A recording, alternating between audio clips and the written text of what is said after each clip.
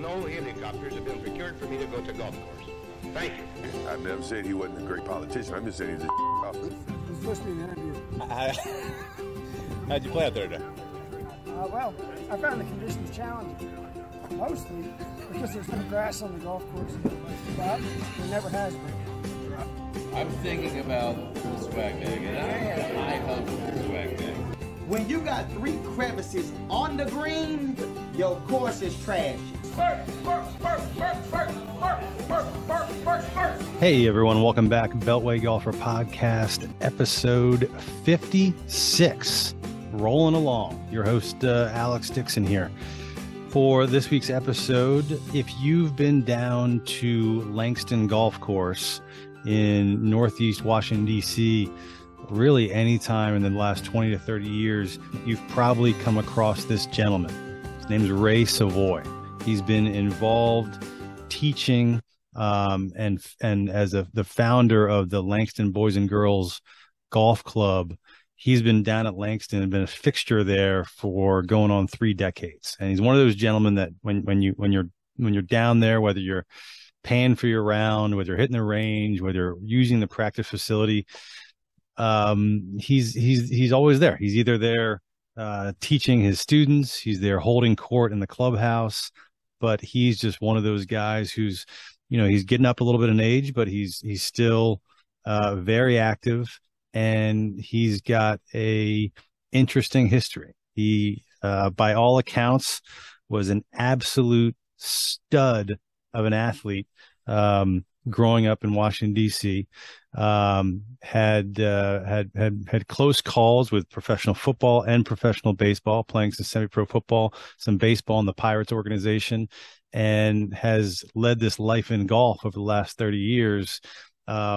It was a pleasure to meet and speak with him and really just let him kind of talk and tell his story, which I think was important. So that's what this podcast is all about. It's enabling listeners and viewers to learn just a little bit more about the people and personalities that make up the DMV golf scene. And I think Ray Savoy is a perfect example of that. So I was excited to bring the conversation and his story to the podcast.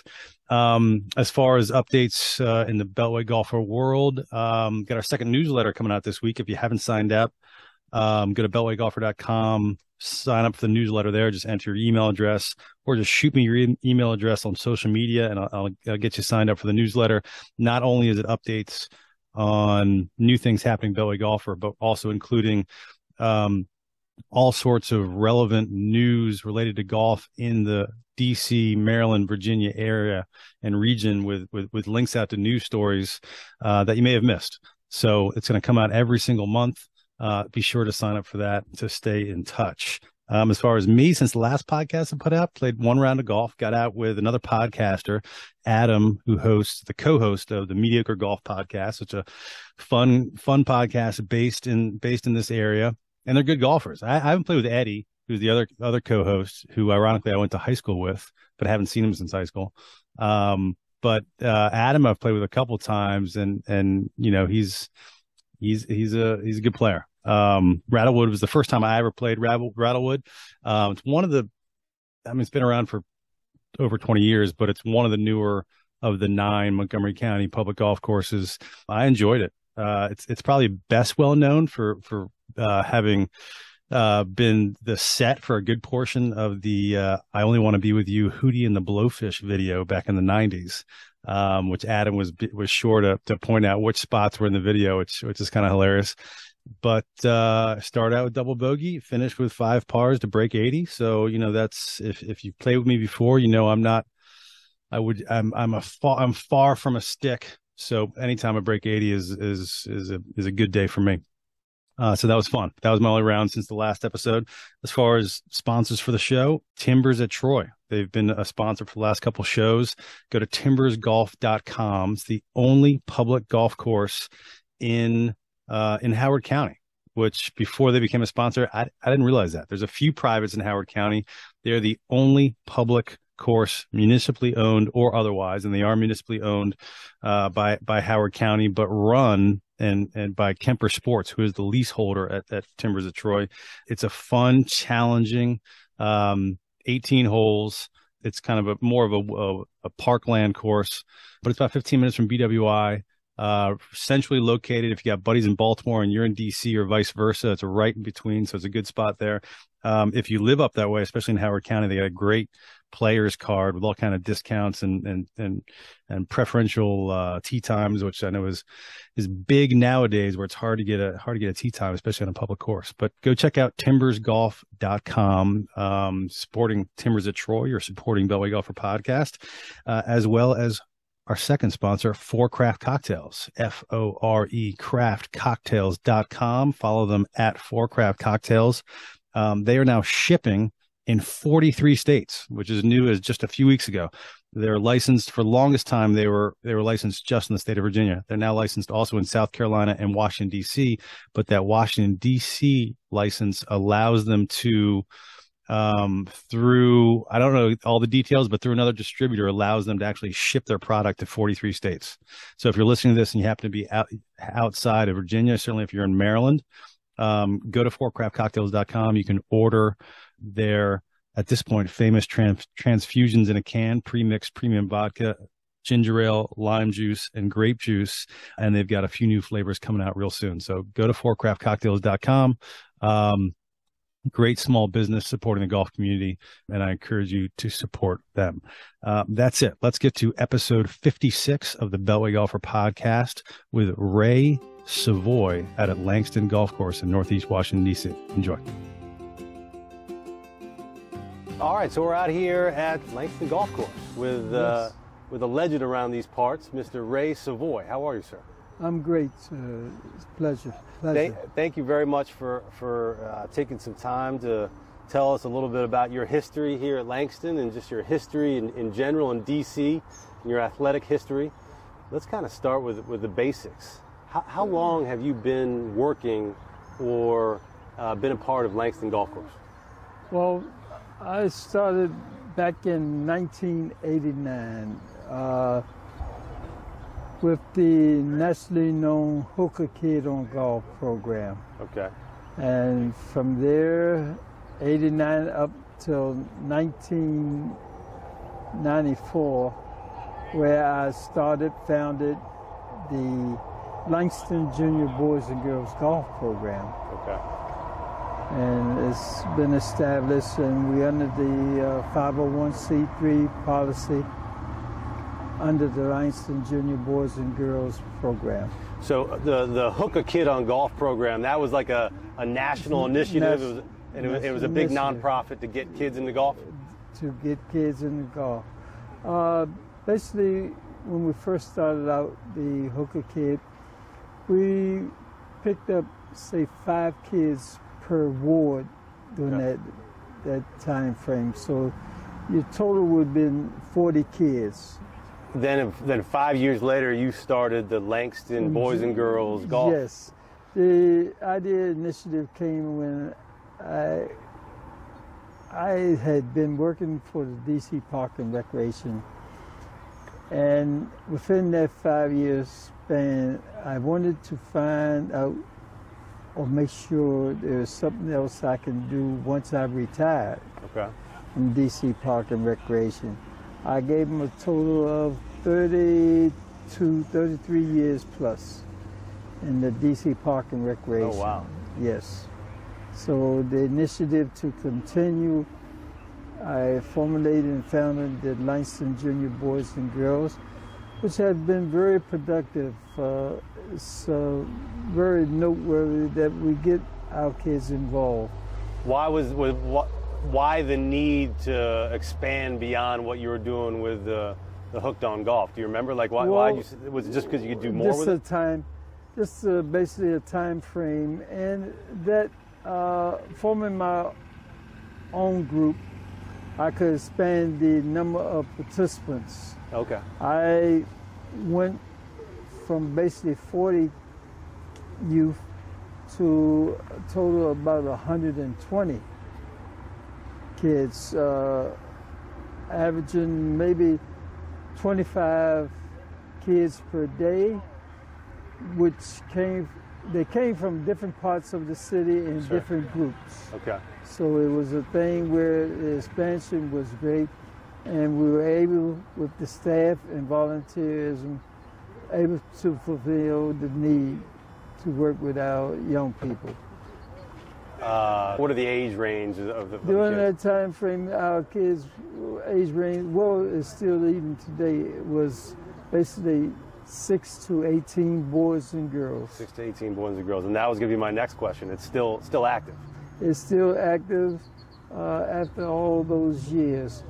What we did in the initial formulation of the Langston Junior Boys and Girls was not only teach them the game, very basic games of the grip, stance, and so forth, golf etiquette and whatever, but we also initiated a educational component where we formulated and started a golf scholarship awards program for these kids. So it's been very successful with contribution from the community groups and people from all over, willing to see that our young people get a chance to get a chance at furthering their education. And this has been based at Langston Golf Course the entire time? This has been based at the Langston Golf Course. So Yes. if my math's right, I mean that's 43 years since you first started with the Hooked on Golf, As a kid, and yeah. then so whatever 38, 39 years since you started Langston. I mean that's a long time. So there's a lot of those kids they're grown men and women now. The other kids are grown men and women who have their own kids.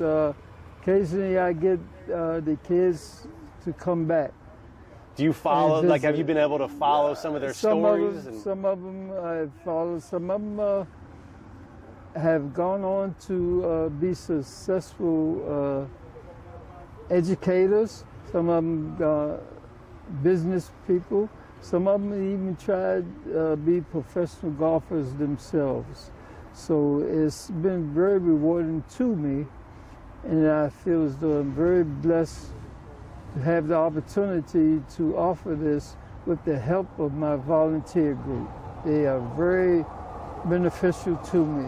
Was part of the initiative from the beginning. The idea is these are primarily kids that maybe are of lesser means, maybe wouldn't necessarily get into golf otherwise, or am I getting that wrong?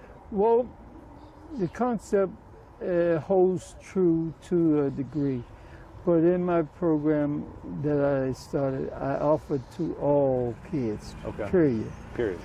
And yes, I would say 75 to 80% of them were kids who weren't favored with the, as you might say, the richness of community or parents' ability to afford this. The program has been, like I say, a nonprofit, but there's no fee attached to what is going on. You would note that our program is based on a volunteerism. Our staff and even myself, since its concept, have not received a dime for the what we do for the kids that we deal with. We do not receive a dime or stipend per se for teaching our kids. It's all under the volunteer. This is a true grassroots community golf organization in that the teachers are just volunteering their time. They volunteer their time. The kids aren't paying anything. Their parents aren't paying anything. Right. And it's just Langston is donating the space, I guess, for you to teach. Donating the space where we're very appreciative of, and it's so important that you have space to where you can formulate, make plans for how you want to do, plus add different ingredients to, as you would say, baking a cake. We went from the basic fundamentals to what we call on-course play, where we allow our kids who have been through the process and have the ability to go out and actually play on course. Some of them from this time and effort have develop the skill to go out and play in tournaments, Okay. be very successful. Some of them have secured educational richness from it. In other words, they receive scholarships. Along with the scholarship that we offer, the schools have come out to us and offer them additional funding to further their education, which is so important. Sure. Our main purpose is that we want to give our kids and the people that we are involved with what we call a hand up and not a hand out. Very important. Yeah, that's a Very good important. phrase, sure. Yes. So we got different groups that have, what you might say, sprung up after our initial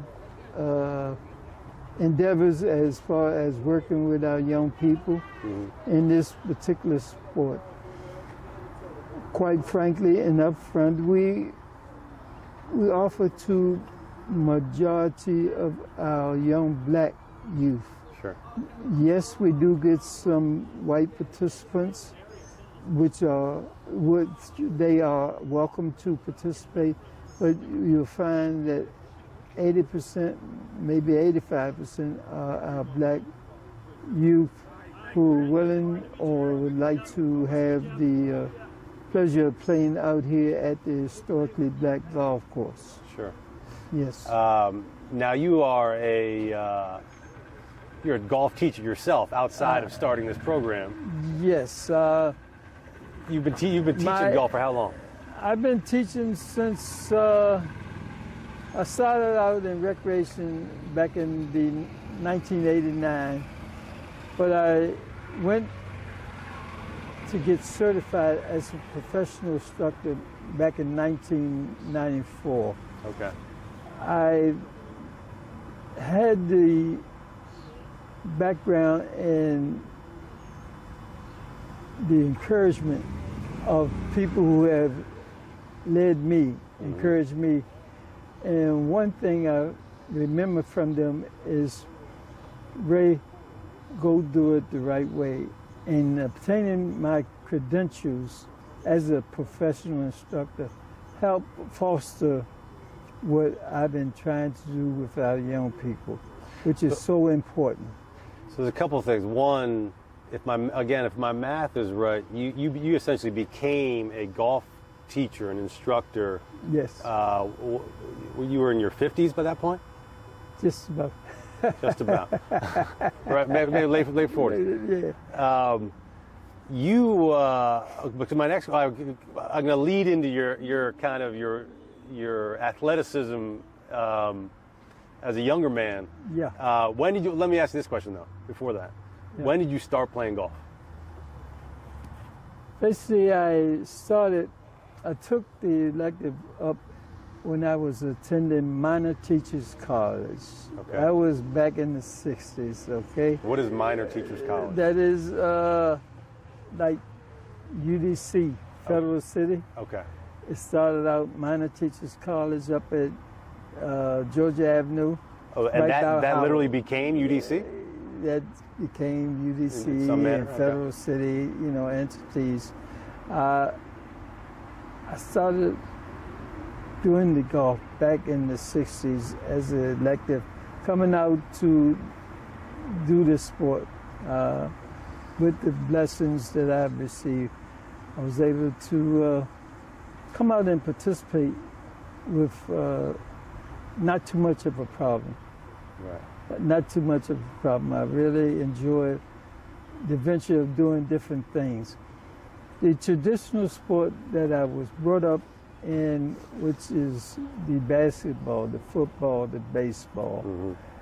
But golf was something totally different, and I found that out, and I began to be fascinated with this sport where you can go out, play by yourself, enjoy nature, have the golf components where you have golf integrity, honesty, and as they say, by yourself, you miss a shot, you still count it. Right. You don't say, oh, I missed it. So was this, because learning a little bit about your history, and let's get into that for a minute, just so people understand, like, man, this gentleman didn't get into golf teaching until he was, later on in life. Yes. Yeah. You were a hell of an athlete, from what I understand. You were a 3-sport star at Yes. Mackin Catholic High School. Yes. Football, baseball, basketball. No, I'm sorry. No, they're wrong. Football was not in the curriculum there. Oh, it was not? Okay. No, it wasn't. So- I played the football on the sideline or extra outside of the school, but baseball and the basketball. Baseball and So were how the did? main. Because I read that you played some semi-pro football for the For the Saints and Stonewall. I personally don't call them semi-pro because I didn't receive a dime. Okay. I did, however, I did work my way up to play semi-pro with the Baltimore Broncos. Okay.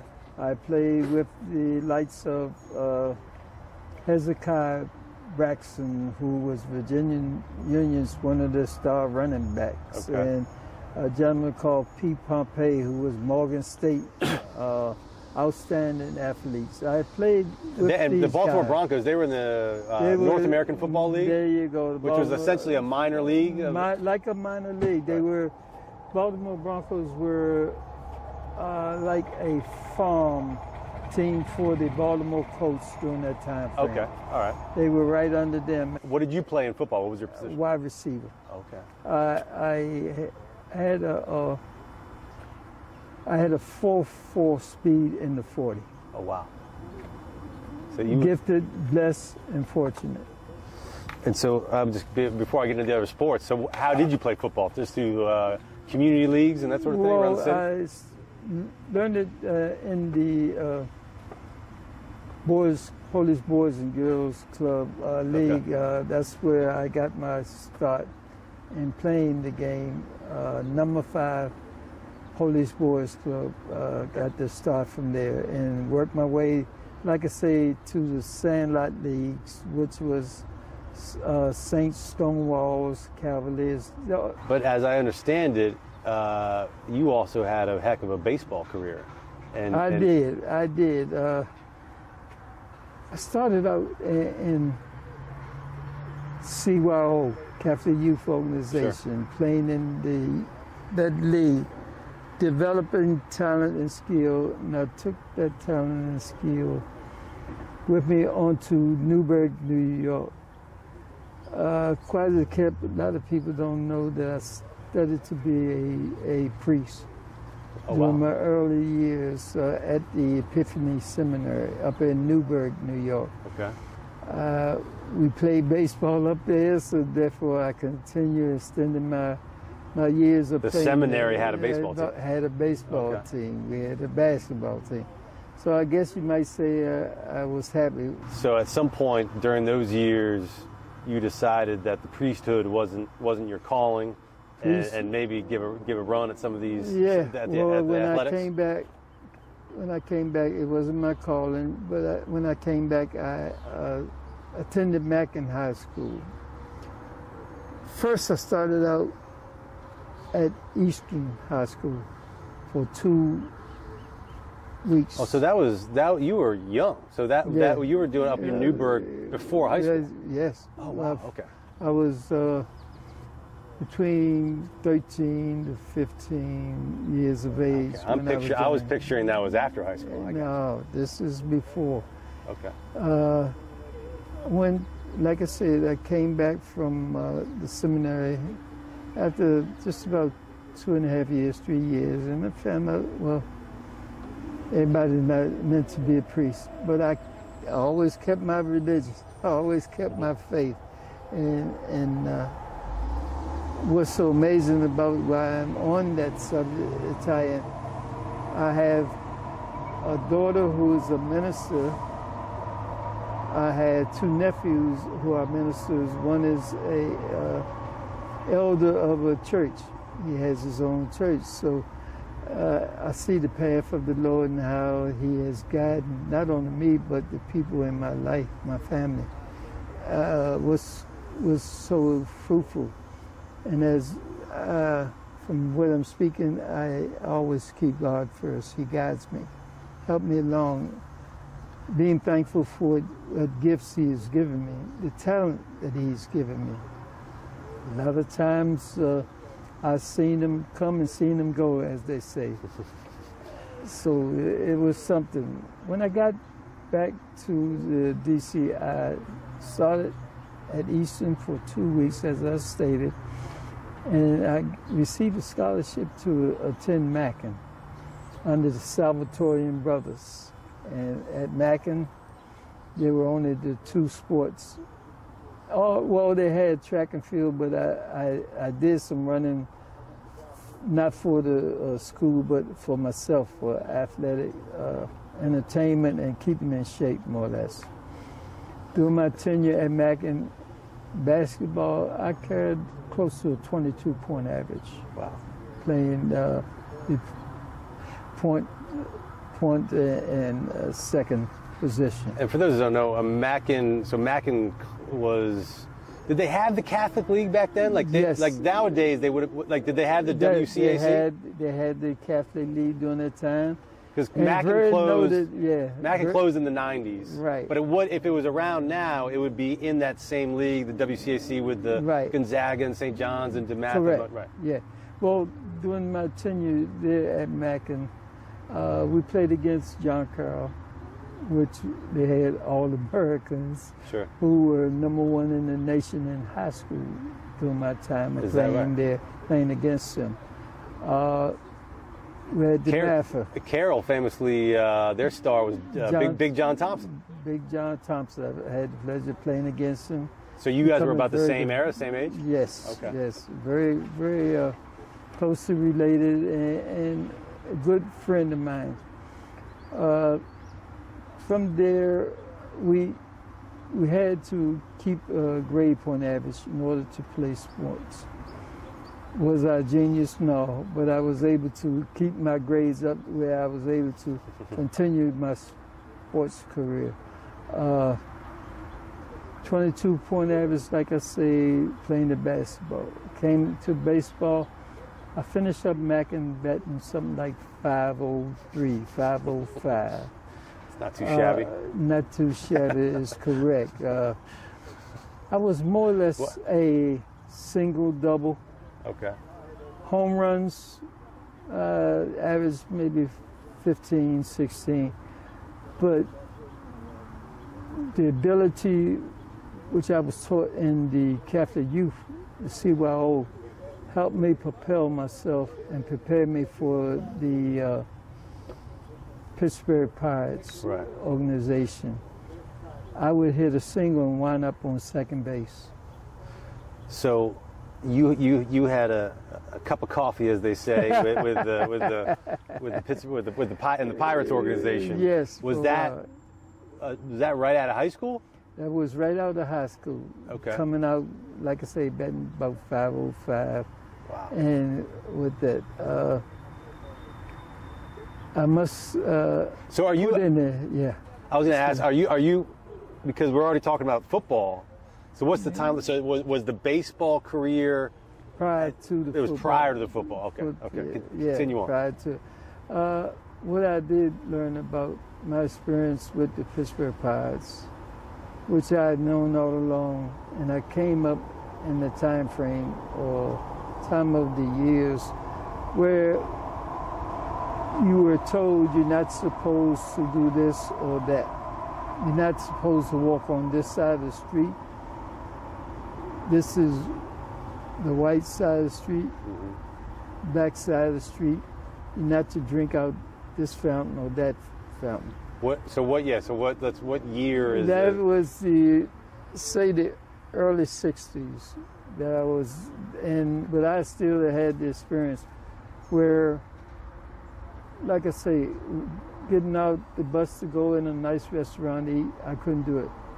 I had to wait for a good friend of mine who was white, come back and brought me a nice meal in a tray, you might say. Were you the only, during your time, were you the only African American on the team? It was me and one other gentleman who was a pitcher who was there, named John Burroughs from New York. I never forget him. He was a very fine young man during that time frame, very polite, and he experienced the same thing I did.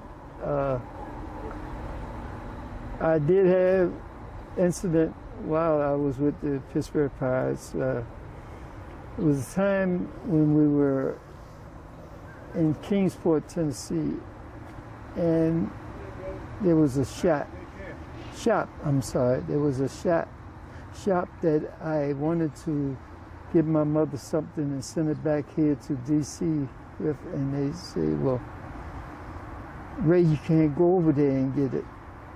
And me, young cocky, I'm going in this store and buy my mother this present. Yes, I had the audacity to walk across that street, go in there, and when I walked in there, the whites who were there purchasing whatever, their mouth flew wide open.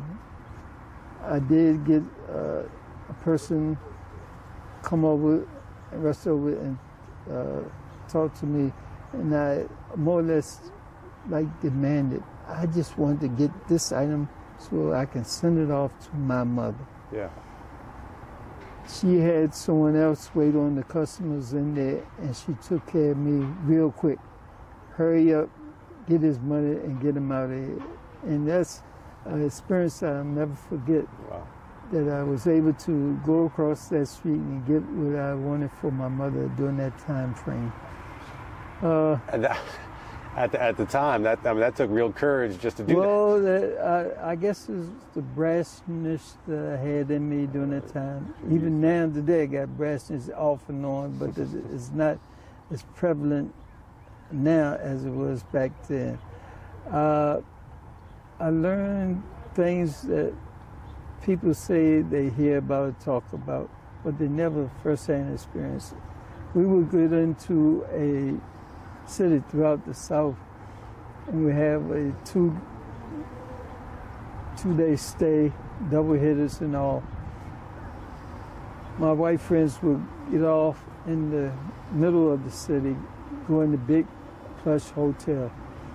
Me and John was taken to the suburbs, to a nice boarding home, beautiful, clean and everything. Yep. And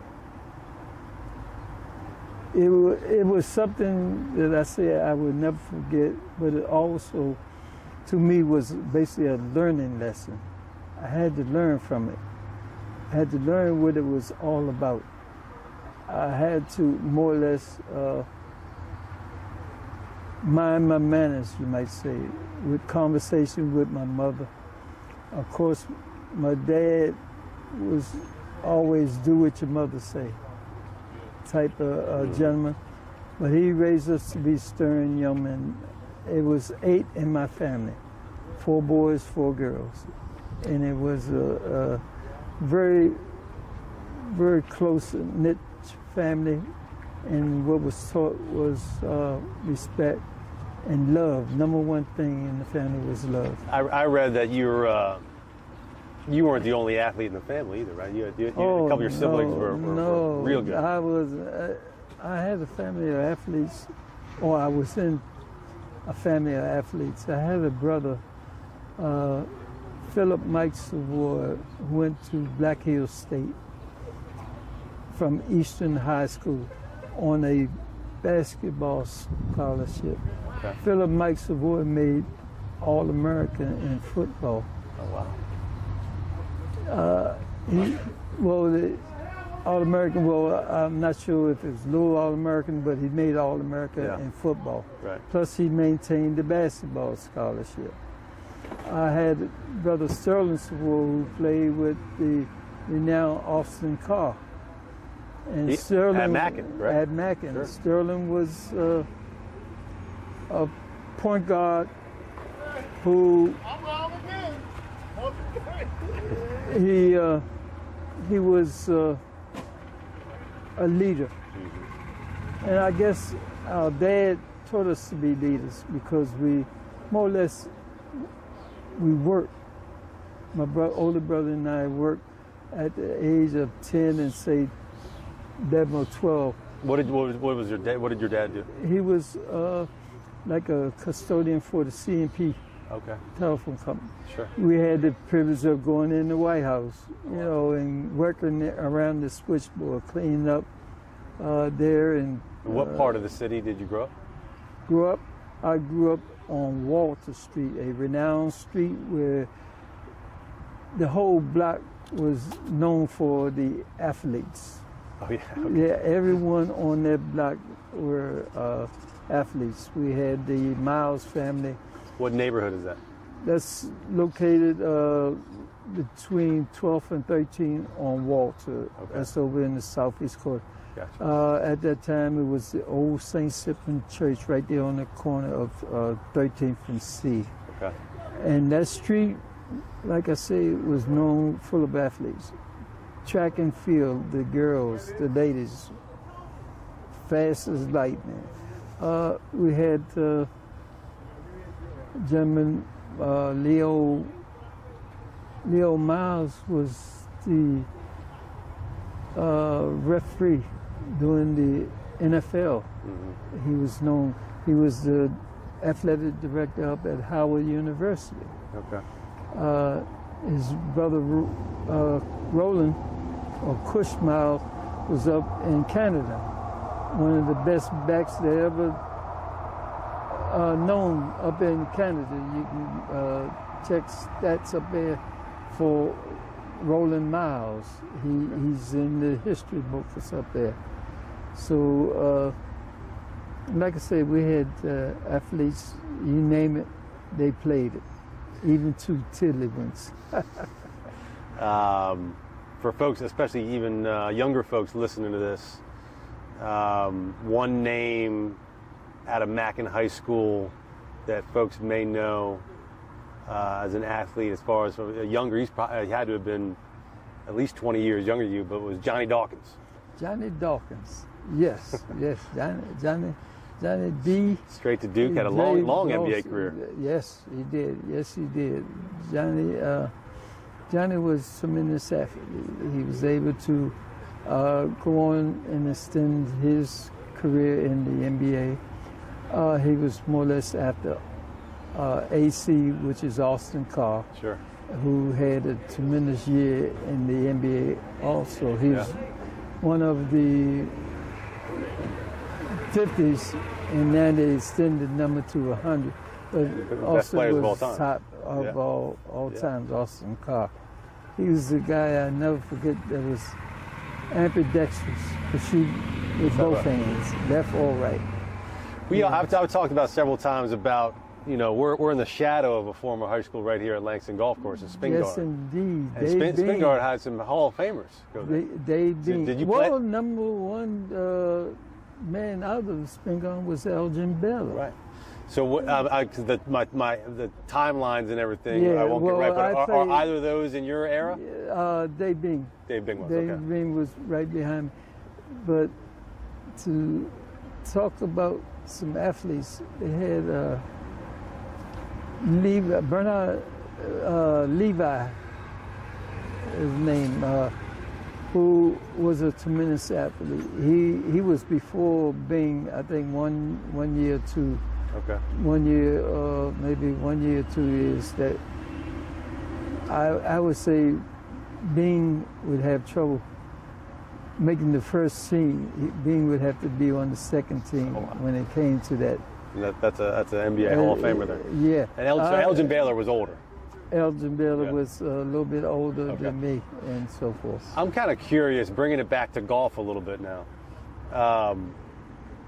You know, growing up where you grew up, even back then, there was a couple golf courses in the southeast quadrant. Were there well, during that time, I never was there, but the blacks didn't have more or less a place to play. They were down the Monument Ground, Monument Ground on the sandy course and things of that nature. That was the one that was literally right next to Washington Monument. There you go, and it took effort and time and tradition. That course had sand greens, the one Sanded greens Okay. and so forth. Which was really just a fact that if they didn't want to put resources and money into growing the grass, then they make sand greens. Yeah, well, sanded green for blacks, though. You see what I'm saying? Yeah. So it took petitions of the people who in the different era, like the football group who had some influence, the Wake Robins women's golf group who had some influence, and they wrote letters to Congress that they have a place to play. The best thing the blacks could do at that time was more or less caddy or shag balls. What about here at Langston? Like, what is your, like back then? You're focusing on football, basketball, baseball, and growing your career. Then, like, did Langston register to you personally, like in your 20s? Like, did you ever play here? Did you ever come by here, or golf didn't even enter your mindset till later? No, well, it didn't enter my mind until later on in years. Okay. And there were guys here, which I think you have interviewed and all. Ernie Andrews were here. You had a lot of young golfers during that time frame that were tremendous. When I came along, these guys were still more or less in their teens and able to perform at a high level. My thing is that I always, in the back of my mind, was to have that education for the young people that I work with and try to foster. So important, because my parents stressed it to us. And like I say, we had 8 in the family, and we wanted to make sure everybody got their share of education. I had a sister was before Cheryl Miller's time. She was our 5th person in basketball. She was that good. The 5th person in the family? In the family. Okay. We had four boys. Yeah. All of us athletes in the basketball. She could hold her own. She holds her own. Yeah. My sister and I always played against our younger brothers, and they would get mad at us because we, as I say now term, we would light them up, one of those type of things. All right. Do you still have a lot of do you still have family in the city or in this area? Family is in this area more or less. Maryland, we do have some in Richmond and so forth, but it's a family, in all honesty, of love. Everybody wants to see each other. Everybody wants to make sure one another is taken care of. We were brought up with that love within the family, but we were taught to share it, to bring it out. Not only to within the family, but bring it out to whoever we meet. Even nowadays, that we have that love that we were willing to share. It's an overflow type of thing. But we also know that it's a thing that we had to work to survive. We had to do what is being necessary. When I mentioned work, I remember being 10 years of age. Our dad used to take us with him. Not only did I learn to work under my dad, but I also picked up a job at a little grocery store on the corner. I was the good guy because I could get the leftover candy.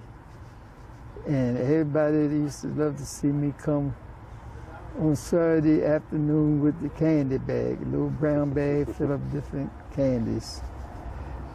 What we did, or what I did, was not only share it among my brothers and sisters, but among the family members on the street. We were brought up where the atmosphere was all family. We had a family that had something like 14 or 15. Didn't matter. 4 of us would be down there. the mother would say, "Hey, y'all come in and put your feet under the table." Right. See, that was the love and the sharing. So it was a lot of that passed around in just that one block. Wow, that sounds fantastic. Yes. So you've seen a lot here, being teaching here for over 30 years at Langston. I'm sure you've seen a lot change here. Yes. But yes. there's also been a lot of change here, not necessarily on the grounds yet, but just around Langston in the last few years. Change in the corporate structure. Sure. People coming in. So rewarding. Years ago, this place, as they say, used to be jumping. We had Lee Elder here, who was the manager. Yeah. So did you come here much, like because he was running the place in the late 70s, early 80s? Yeah, I was sort of late getting to. I was here when off and on there. Yeah. They used to have quite a few. Lee Elder, we had Charlie Sifford, we had Calvin Pete. Sure. Those guys used to come when I had my junior program and give them free lessons. Wow. They talked to them about life experiences. We had. With your memory, was there a time, and maybe it was before you started teaching here, and maybe it was during the Lee Elder years or after, that Langston, I don't know, but it was there ever a time where it was always crowded here? It was always kind of jumping. It was more of a very lively. Right. During that time frame of Lee Elder and people who was there before. So my thing was he was very influential in bringing the pros here. Right. Him being a pro himself. Yeah. But Lee always was a good guy, is willing to share his time, knowledge, and experience with the people that he comes in contact with. I was very blessed to have him be with my kids, my younger years or younger time with my junior program. It was very fortunate to have him, have James Black, have Charlie Sifford, have Calvin Pete come and do lessons free with my kids. It was always a tremendous thing. Some of the biggest names. What about the clubhouse here? I mean, the clubhouse even nowadays is still, you can the come. Clubhouse. It's like a real clubhouse. I mean, you can go in there basically any hour of the day when it's open, yes. and there'll be at least a few guys in there having coffee or just chatting, sitting around, as they say, shooting the breeze. And we were fortunate to get. Has that always been the case? More or less, it's always been the case where they sit around. At one time, they used to have what they call, I would say, refreshment stand or a bar, you might say, in there. So it was a thing that people would come in, enjoy themselves, and a lot of people would come from all over, you might say, have fun, express their pleasure of being here at Langston. The plaques on the wall demonstrate that. We're hoping that we get two of the first originators of the promotion of having Langston been given to blacks, where the Ancient Royals and the Wake Robin women's golf group have their plaques set up on that wall. There's two gentlemen, prominent African Americans that both love golf, that, as far as I know, haven't been here yet. One's Mr. Tiger Woods. Yes. And the other is former President Obama. Obama, that's true. I agree. We made tremendous effort in trying to bring Tiger here to Langston. Mm-hmm. We even built up a platform or tee box on the backside, especially for him. Through negotiation and going and sitting and talking with them, with myself and my group, board people, we found out there were procedures put in place for him to arrive. And during that time,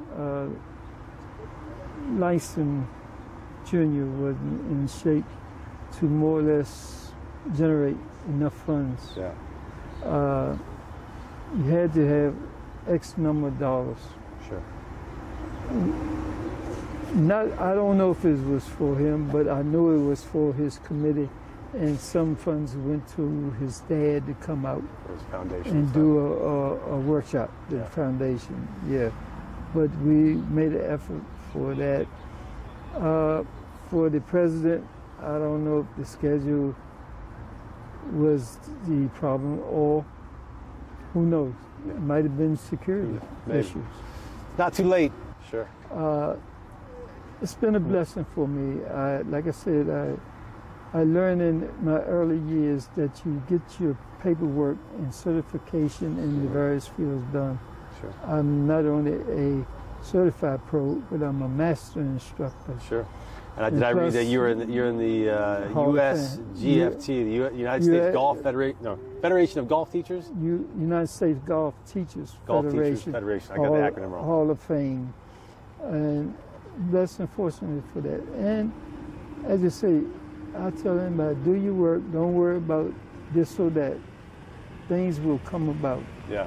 Being recognized and people would eventually recognize you. Sure. I was just honored not too long ago as a Lifetime Achievement Award given by the conservative Friends of Langston. And I saw that, right. Friends of Langston, and they honor me for that. But to round out your athletic prowess, I also saw you in the Hall of Fame for the DC Athletic Association. DC Athletic Association, they honor impressive. me in that. I recognize as a living legend for one of my groups, the DMV Athletics in Action group. So I've been recognized as a living legend for that. Those titles and honors are tremendously respectfully accepted by me, but I want to make sure that our young people get a chance to further their desire to play this game of golf, but also, first and foremost, to receive a very good education. Mm-hmm. That would make me more successful and happy. I'm just kind of curious, in 30 plus years at this location, teaching kids from the same communities, has the outlook on golf changed at all? I mean, there's a lot of stuff in the press, like with the Howard the Howard University golf team and Steph Curry and National Links Trust coming in. But I'm just curious, like on the ground level, does the young black community, has their view on golf changed, or is it kind of similar? I find that the kids that come, that have the desire, want to learn, they come back because they want to continue learning and so forth. My thoughts about it, yes, I do recognize the importance of the notices and acknowledgement, say of Steph, say of people, Howard University, the great job they're doing up there.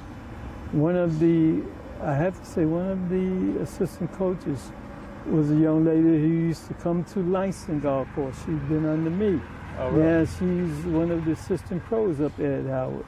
Oh, so wow. She's a professional golf instructor. What's also. her name? Ariel Dawson.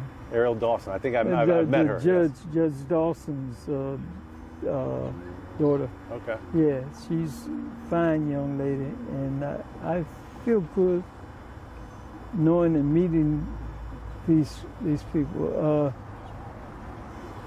It always does my heart good because I've been known to be upfront, forward with people, willing to meet and greet them, acknowledge their position, but yet still want to push and let them know that I'm about our kids. So you're still very, very active. You're still teaching. I'm still teaching. The Langston Boys and Girls Golf Club is still going strong.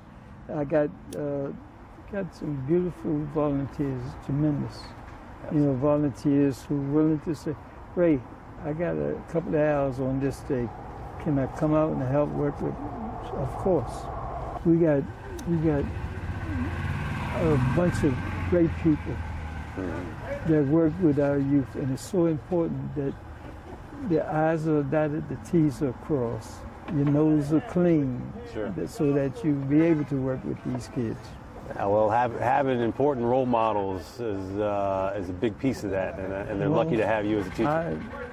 I gotta give it all to people who was brought up under, especially mom and dad, and then my outside community, my brothers and sisters. They're not outside the community, but they're in there helping, encouraging me. But the people who I grew up with and people who encouraged me. Sure. Well, that's probably a good place to leave it. Thank you for the service to the community. Thank you for coming on the podcast and sharing your story. It's my pleasure. You've had a heck of a career. It's a pleasure to meet you. Thank you so much. Thank you, Brett. God bless. All right. Yes. I don't have a good golf game, but I don't really care. I'm a regular dude living in DC, and I want to know about DC-centric golf stuff. If you can tell me something that I don't already know, then that is great for me. I don't want the regular stuff. I want exciting stuff. I want different stuff. I want stuff I can't hear elsewhere. But I want it to be about DC golf.